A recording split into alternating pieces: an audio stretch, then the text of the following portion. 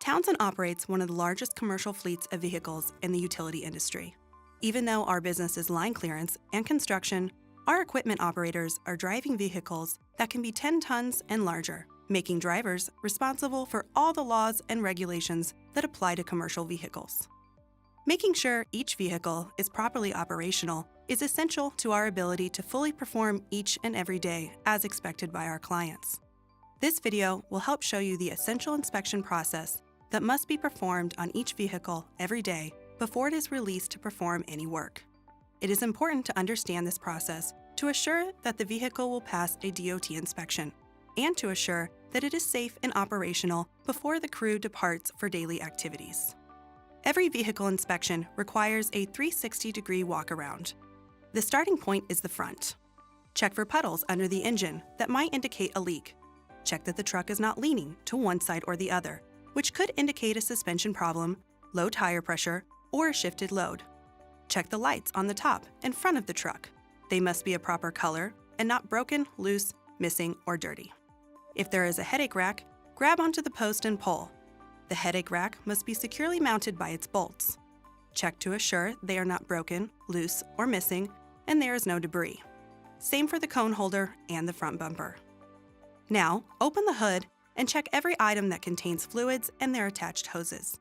The power steering, windshield wiper washer, coolant, and brake fluid reservoir should all be securely mounted by their bolts. The bolts should not be broken, loose, or missing, and the reservoir should not be leaking. Their hoses should be securely mounted by their fittings and clamps, not frayed, cracked, or leaking. Check the oil. All fluids should be at or below full, but above add. Now check the engine components: alternator, water pump, power steering pump, and air compressor. Each should be securely mounted by their bolts. The bolts should not be broken, loose, or missing, and any fluids should not be leaking.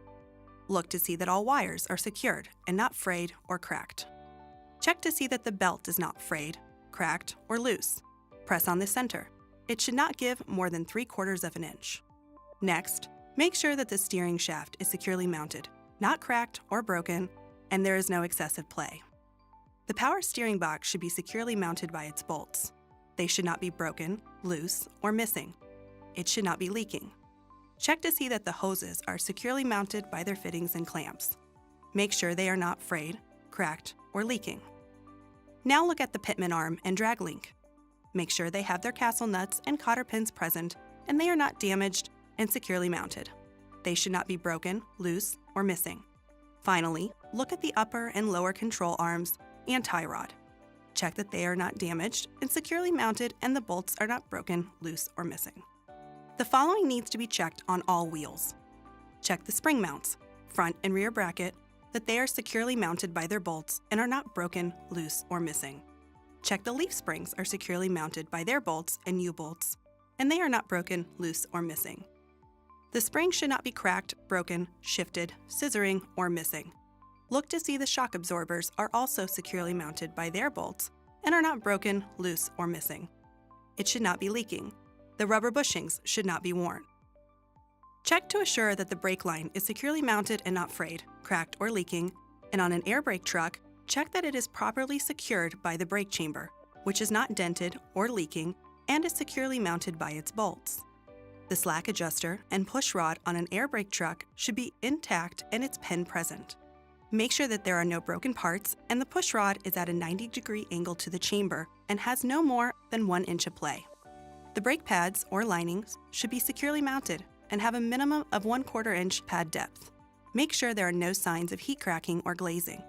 Finish up by making sure the brake drums and rotors are secure and there is no bluing from excessive heat or debris. Next, move to the tires and wheel rims. Check the tire inflation, depth, and condition. Use the tire pressure gauge to check for proper inflation. The tire sidewalls should have no cupping, bulging, or retreads on the front steer tires. The tread depth should be 4 32nd inch minimum on steer tires and a minimum of 2 32nd inch on the rear tires. The valve stem should be secure, not damaged, and have a metal cap. Check the wheel rim for dents and illegal welds. Lug nuts must be secure, not broken, loose, or missing, and there should be no shiny threads or rust, which would indicate a loose nut. Make sure the hub seal is securely mounted by its bolts, not leaking, and that the oil level is adequate. When looking at the space between the rear dual tires, make sure they are not touching. There should be no debris, such as sticks, mud, or rocks. Finally, the mud flaps should be securely mounted by their bolts. They should not be broken, loose, or missing. As the 360-degree walk-around continues, make sure everything is securely mounted or secured. Anything under 1,100 pounds or 5 feet in length, including items used in the operation of the vehicle, must have at least one tie-down. The mirror brackets and mirrors should not be loose in any way. All of the doors must open and close properly. The steps must be securely mounted by their bolts. They must not be broken, loose, or missing, and free of debris. The fuel tank must be securely mounted by its bolts and straps. There should be no dents or leaks, and the cap should be tight, its rubber seal intact, and the safety chain present. Make sure the workbox doors are securely mounted and latch, and the boom is secured by its bolts and strap, and they are not broken, loose, or missing. The steps to the headache rack should be securely mounted by its bolts and not broken, loose, or missing, and there should be no debris.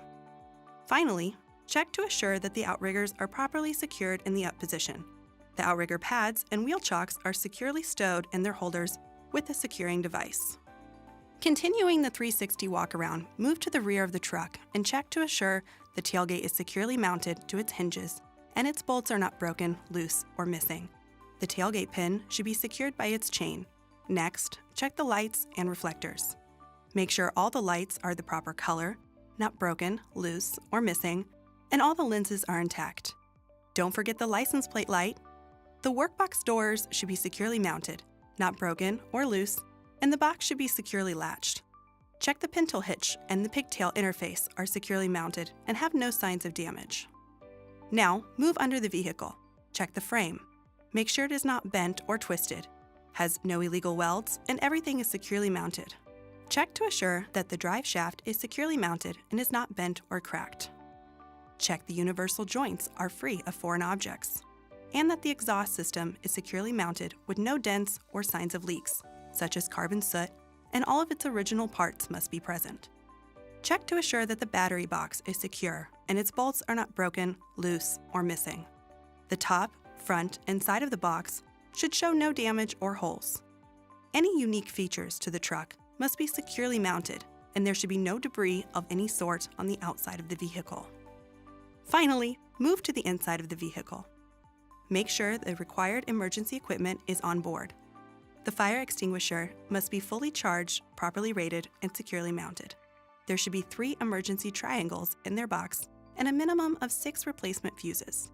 You should have all of the required documents, including the vehicle registration or cab card, insurance card, and the DOT yearly inspection report, pre-trip and post-trip book. Always have your driver's license and DOT physical cards on you. Make sure the seatbelts are securely mounted, latch and unlatch, adjust properly, and are not cut or frayed. Now it's time to conduct a safe start. Make sure the parking brake is set, transmission in neutral, and clutch depressed. Then, start the engine and confirm the ABS light comes on and then goes off. Check to see that the engine light goes on and off, and confirm the oil gauge, temperature gauge, and ammeter, voltmeter are working and rising to a safe level. After checking all the gauges, grab the steering wheel and tug back and forth to see if there is any play. When the engine is running, power steering equipped vehicles should not exceed 10 degrees of play, which is about 2 inches on a 20-inch wheel. Confirm both mirrors are clean and adjusted to your site requirements.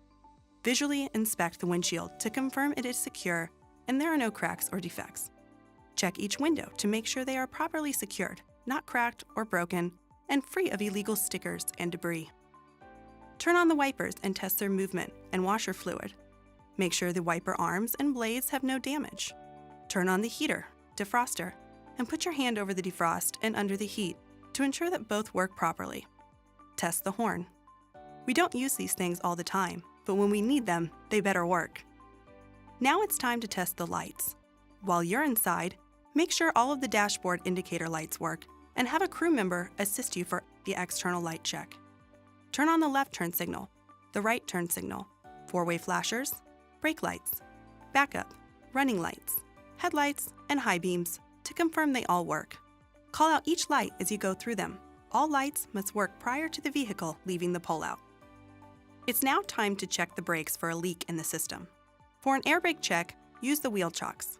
With the air pressure built up to governor cutoff of 120 to 140 psi, shut off the engine.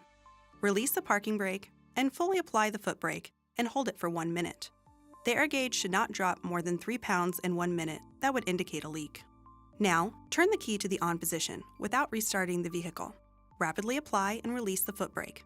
Low air warning devices should activate before air pressure drops below 60 psi or level specified by the manufacturer. Continue to fan off the air pressure. At approximately 40 psi, the parking brake valve should close and pop out.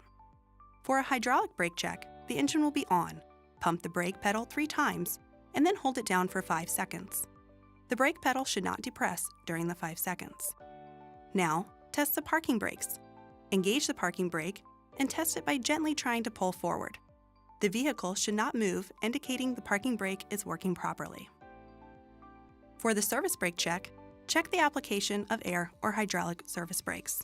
This procedure is designed to determine the brakes are working. With the parking brake off, pull forward at 5 miles an hour. Apply the service brake and stop. Check that the vehicle does not pull to either side. That would indicate a problem, and that it stops when the brakes are applied. You are now done and have completed the pre-trip vehicle inspection required by Townsend every day. Make sure you fill out the pre-trip paperwork completely and the post-trip or driver vehicle inspection report at the end of each day. The pre-trip inspection should take on average 10 to 20 minutes. It is essential to assure that the day gets started the right way. The better the condition of the vehicle, the more smoothly these inspections will go each day. But remember not to take any shortcuts. Don't assume what was good yesterday is okay today. And remember that anything that is faulty or not up to standards requires your immediate attention to either get it fixed or replaced. Do not delay or defer any needed repairs. Safety first and always. Good job and be safe.